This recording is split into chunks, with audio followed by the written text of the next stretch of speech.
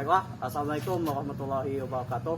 Perkenalkan, kami dari kelompok 9 yang beranggotakan saya sendiri, Felix Casanova, dan rekan saya Niko Arista Saputra. Saya Jason Adrianto. Saya Muhammad Jarif Al-Jazi. akan mempresentasikan hasil kerja kelompok kami yang berjudul Servant Leadership.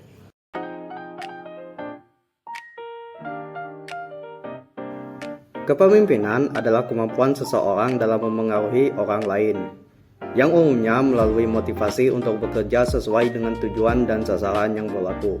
Sebagai manajer atau pimpinan, sudah umum diketahui bahwa gaya kepemimpinan yang dilakukan akan sangat memengaruhi bagaimana perilaku karyawan atau bawahan tersebut untuk bekerja dalam menuju tujuan-tujuan yang telah ditetapkan. Menjadi pemimpin dalam zaman sekarang sangat berbeda dengan era tahun 1970 sampai 2000-an. Seorang pemimpin tidak hanya menggunakan otoritas atau power yang dia miliki, tetapi juga menggunakan pengaruh untuk menggerakkan orang lain dalam menjalankan perannya. Seorang pemimpin akan berhadapan dengan segala macam karakter, perilaku, dan tingkat kepatangan kepribadian bawahannya. Dalam sesi kali ini, kita akan membahas tentang kepemimpinan yang melayani, atau lebih kita kenal dengan servant leadership. Apa itu sih servant leadership? Servant leadership adalah gaya kepemimpinan yang menempatkan pemimpin sebagai pelayan terlebih dahulu, bukan sebagai sosok yang hanya ingin dihormati atau dilayani.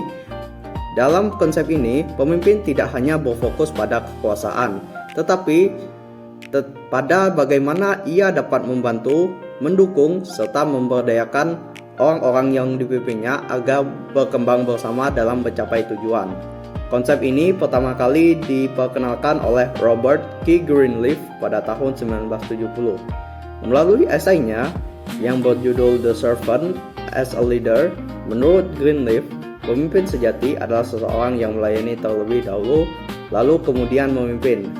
Artinya, seorang pemimpin bukan hanya bertugas memberi instruksi, tetapi juga bertanggung jawab dalam membantu timnya bertumbuh, menyelesaikan masalah, dan menciptakan lingkungan kerjasama yang sehat. Servant leadership berangkat dari pemikiran bahwa kepemimpinan bukan hanya soal siapa yang paling berkuasa, tetapi siapa yang paling bermanfaat bagi orang lain. Oleh karena itu, pemimpin harus menempatkan kebutuhan tim sebagai prioritas utama. Fokus utama servant leadership adalah melayani, memberdayakan, membangun, dan mengarahkan dengan empati. Mekanisme kerja dalam servant leadership. Mekanisme kerja dalam servant leadership dimulai dari pemimpin tidak hanya memberi perintah, tetapi juga mendukung dan memahami kebutuhan anggota, sehingga muncul kepercayaan dan keterlibatan kerja yang tinggi. Alur kerjanya adalah pemimpin memberikan perhatian dan dukungan pada bawahan. Lalu, kemudian terbentuklah kepercayaan dari bawahan kepada pemimpin atau manajer. Yang ketiga, muncul rasa aman dalam bekerja. Lalu kemudian, kombinasi dari hal-hal atau poin-poin di atas akan membuat karyawan lebih aktif dan produktif. Sebagai contoh, seorang manajer melihat timnya kesulitan mencapai target. Alih-alih cuma menyuruh dan mengontrol dari atas, manajer langsung turun dan ikut serta dalam membantu tim, sehingga membuat tim merasa didukung dan akhirnya diapresiasi karena dituntun secara langsung. Dapat 10 karakteristik servant leadership, yaitu sebagai berikut. Yang pertama, mendengarkan atau listening. Servant leader mendengarkan dengan sepenuh perhatian kepada orang lain, mengidentifikasi dan membantu memperjelas keinginan kelompok, juga mendengarkan suara hati dirinya sendiri. Yang kedua, empati. Pemimpin yang melayani adalah mereka yang berusaha memahami rekan kerja dan mampu berempati kepada orang lain. Yang ketiga, ada penyembuhan atau healing. Servant leadership mampu menciptakan penyembuhan emosional dan hubungan dirinya atau hubungan dengan orang lain, karena hubungan merupakan kekuatan untuk transformasi dan integrasi. Yang keempat, ada kesadaran atau awareness. Kesadaran untuk memahami isu-isu yang melibatkan etika, kekuasaan, dan nilai-nilai. Melihat situasi dari posisi yang seimbang dan lebih terintegrasi. Yang kelima ada persuasi. Pemimpin yang melayani berusaha meyakinkan orang lain daripada memaksa kepatuhan. Ini adalah satu hal yang paling membedakan antara model otoriter tradisional dengan servant leadership. Yang keenam ada konseptualisasi. Kemampuan melihat masalah dari perspektif konseptualisasi berarti berpikir secara jangka panjang atau visioner dalam bisnis yang lebih luas. Yang ketujuh ada kejelian. Jeli atau teliti dalam memahami pelajaran dari masa lalu, realitas saat ini, dan kemungkinan konsekuensi dari keputusan untuk masa depan. Yang ke-8 keterbukaan. Menekankan keterbukaan dan persuasi untuk membangun kepercayaan dari orang lain. Yang ke-9 komitmen untuk pertumbuhan. Tanggung jawab untuk melakukan usaha dalam meningkatkan pertumbuhan profesional karyawan dan organisasi.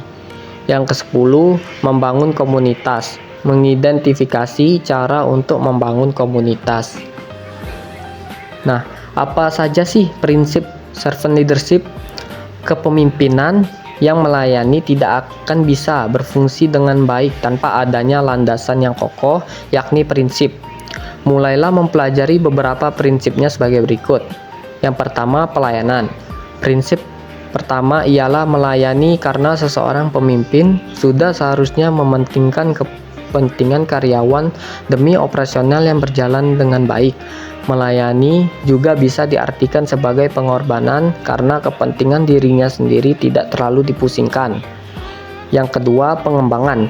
Pemimpin dengan gaya melayani percaya bahwa karyawan yang tergabung dalam perusahaan merupakan tanggung jawab yang harus dikelola dengan baik.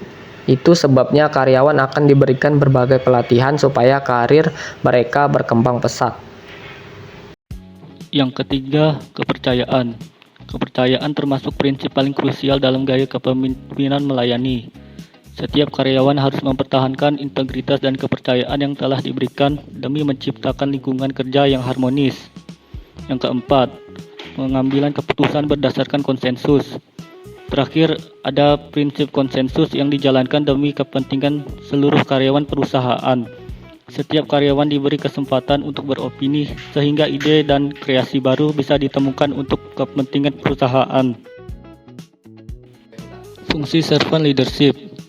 Fungsi servant leadership adalah memprioritaskan kebutuhan anggota tim, memberdayakan karyawan, dan membangun komunitas, sehingga meningkatkan kinerja tim secara keseluruhan. Pemimpin tipe ini bertindak sebagai pelayan, fokus pada pengembangan diri anggota, mendengarkan, dan membangun kepercayaan yang berdampak positif pada loyalitas dan produktivitas. Fungsi utama servant leadership yaitu yang pertama, memberdayakan tim, membantu tim tumbuh secara pribadi dan profesional. Yang kedua, melayani kebutuhan tim, mendahulukan kepentingan anggota tim dibandingkan kebutuhan pribadi.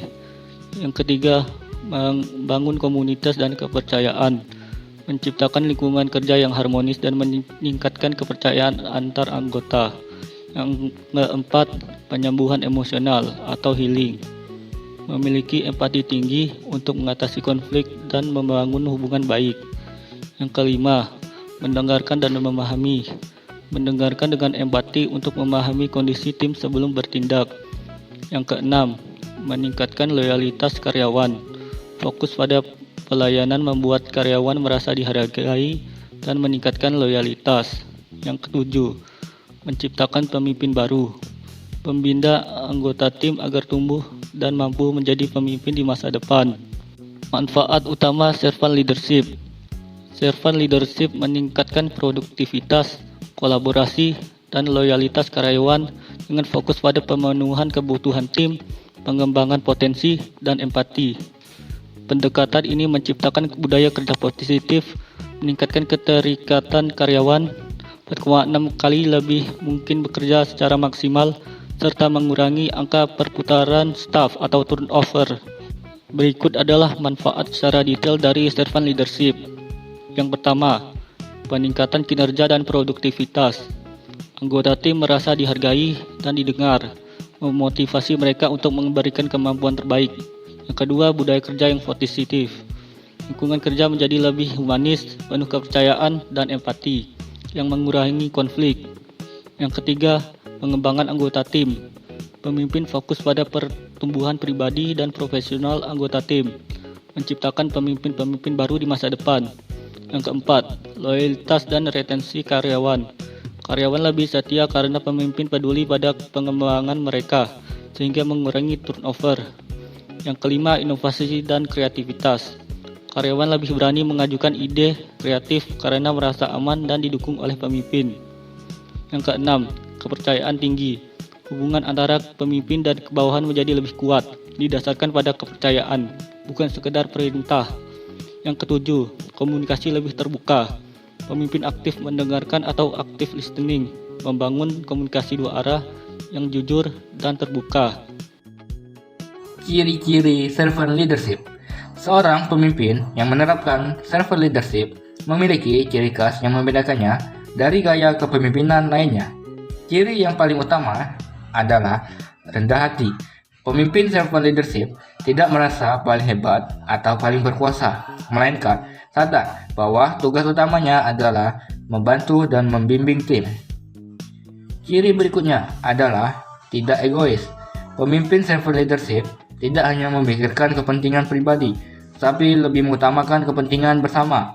Ia tidak menjadikan jabatan sebagai alat untuk berkuasa, melainkan sebagai amanah untuk melayani. Selain itu, pemimpin servant leadership juga mau mendengar. Ia terbuka terhadap masukan, kritik, saran, maupun pendapat dari anggota. Bagi pemimpin servant leadership, mendengarkan adalah bagian penting dalam memahami kebutuhan tim dan membangun komunikasi yang sehat. Ciri lainnya adalah peduli terhadap anggota. Pemimpin tidak hanya fokus pada tugas dan target, tetapi juga memperhatikan kondisi, kendala, dan perkembangan orang-orang yang dipimpinnya. Ia hadir bukan hanya sebagai atasan, tetapi juga sebagai pendukung dan pembimbing. Pemimpin servant leadership juga mengutamakan kepentingan bersama. Dalam mengambil keputusan, ia mempertimbangkan manfaat bagi tim dan organisasi, bukan hanya keuntungan pribadi. Hal ini menunjukkan bahwa pemimpin servant leadership memiliki rasa tanggung jawab yang tinggi. Selanjutnya, pemimpin servant leadership menjadi pendukung bagi tim. Ia membantu anggota saat mengalami kesulitan, memberi arahan ketika dibutuhkan, dan turun langsung jika diperlukan. Pemimpin tidak hanya menyuruh, tetapi juga ikut terlibat. Ciri lain yang sangat penting adalah memberi contoh nyata. Pemimpin servant leadership memimpin melalui tindakan, bukan hanya perkataan. Ia menunjukkan disiplin, tanggung jawab, dan komitmen melalui perilaku sehari-hari, sehingga menjadi teladan bagi anggotanya. Terakhir, pemimpin servant leadership fokus pada perkembangan anggota. Ia tidak hanya menilai hasil kerja, tetapi juga berusaha membantu anggotanya tumbuh menjadi pribadi yang lebih baik, lebih mandiri, dan lebih percaya diri. Inilah yang membuat servant leadership tidak hanya berorientasi pada hasil, tetapi juga pada pertumbuhan manusia. Selanjutnya ada kelebihan servant leadership. Servant leadership memiliki banyak kelebihan yang membuat gaya kepemimpinan ini efektif diterapkan dalam organisasi, dunia kerja maupun lingkungan pendidikan. Salah satu kelebihan utamanya yakni mampu menaikkan loyalitas anggota. Ketika anggota merasa didengar, dihargai, dan didukung oleh pemimpin, mereka cenderung lebih percaya, lebih nyaman, serta lebih setia terhadap tim maupun organisasi. Hal ini membuat hubungan antara pemimpin dan anggota menjadi jauh lebih kuat. Selain itu, servant leadership juga mampu meningkatkan kerjasama tim. Karena pemimpin membangun hubungan yang terbuka, saling menghargai dan penuh dukungan, anggota tim akan mudah bekerja sama dan memiliki rasa kebersamaan yang lebih tinggi. Kondisi ini membuat tim menjadi lebih solid dan kompak dalam mencapai tujuan bersama. Yang ketiga adalah dapat mendorong perkembangan individu. Dalam gaya kepemimpinan ini, pemimpin tidak hanya fokus pada hasil kerja, tetapi juga fokus pada perkembangan kemampuan anggotanya. Pemimpin membantu anggota untuk belajar, berkembang, serta meningkatkan kepercayaan diri, dan berani mengambil tanggung jawab. Dengan begitu, anggota tidak hanya bekerja tetapi juga bertumbuh. Servant leadership juga mampu menciptakan lingkungan yang positif. Karena pemimpin membangun suasana yang suportif, terbuka, dan nyaman, anggota akan merasa lebih aman dalam menyampaikan pendapat, ide, maupun kendala yang mereka hadapi. Lingkungan positif ini sangat penting untuk menciptakan semangat kerja yang sehat dan produktif. Kelebihan lainnya adalah meningkatkan kepercayaan terhadap pemimpin. Pemimpin yang melayani, peduli, dan memberi contoh nyata biasanya lebih mudah dipercaya dan dihormati oleh anggotanya dibanding mereka yang hanya mengontrol dari atas. Kepercayaan ini penting karena menjadi dasar terciptanya komunikasi yang baik, kerjasama yang sehat, dan kepemimpinan yang efektif. Selanjutnya, kelemahan servant leadership. Tidak ada yang sempurna di dunia ini, termasuk gaya kepemimpinan servant leadership. Konsep ini kurang mudah untuk dijelaskan karena anggapan bila kita sebagai pimpinan artinya kita yang dilayani, bukan melayani. Untuk menjadi servant leader juga tidak mudah. Seseorang pemimpin harus mempunyai dorongan itu dalam dirinya. Jika tidak, maka semua hal yang ia lakukan hanyalah sebuah manipulasi belaka dan tidak lulus. Di sisi lain, gaya kepemimpinan ini dapat membuat seorang pemimpin dianggap lemah dan terlihat tidak mampu membuat keputusan sendiri.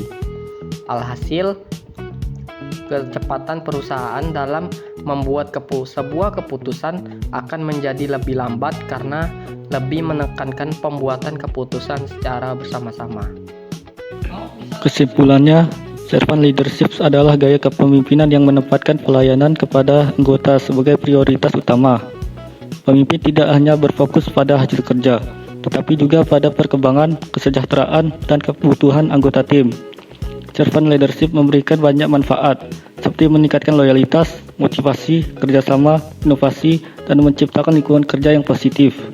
Namun, gaya kepemimpinan ini juga memiliki kelemahan, seperti proses pengambilan keputusan yang lebih lambat dan anggapan bahwa pemimpin terlihat kurang tegas. Oleh karena itu, servant leadership membutuhkan ketulusan, tanggung jawab, dan komitmen tinggi dari seorang pemimpin agar dapat diterapkan secara efektif.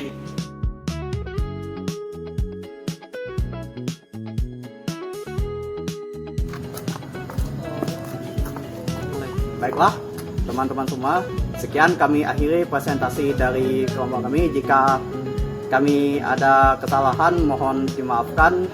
Sekian presentasi saya akhiri. Wassalamualaikum warahmatullahi wabarakatuh.